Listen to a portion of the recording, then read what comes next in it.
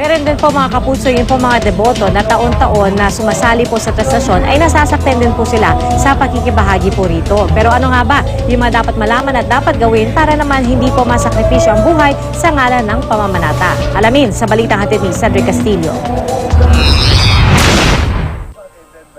9 ng Enero taong 2012, sa loob mismo ng andas na sinasakyan ng itim na Nazareno, nakuna ng aming kamera ang mabigat na sakripisyo ng mga namamanata.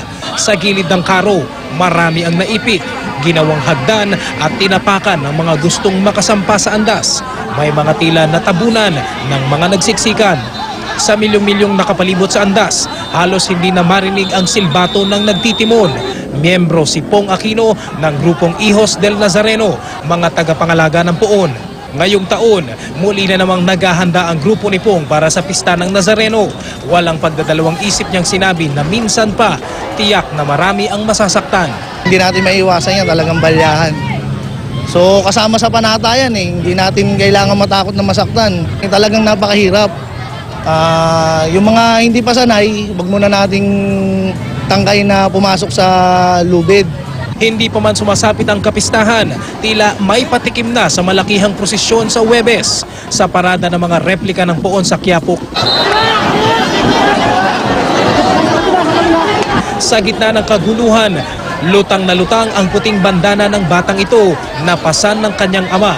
Masyado marami, hindi ko kaya, baka masaktan lang anak ko, kaya abangan namin sa kabila sa maluwag para doon kami makapasok. Okay. Gaano kahirap na sakripisyo ito?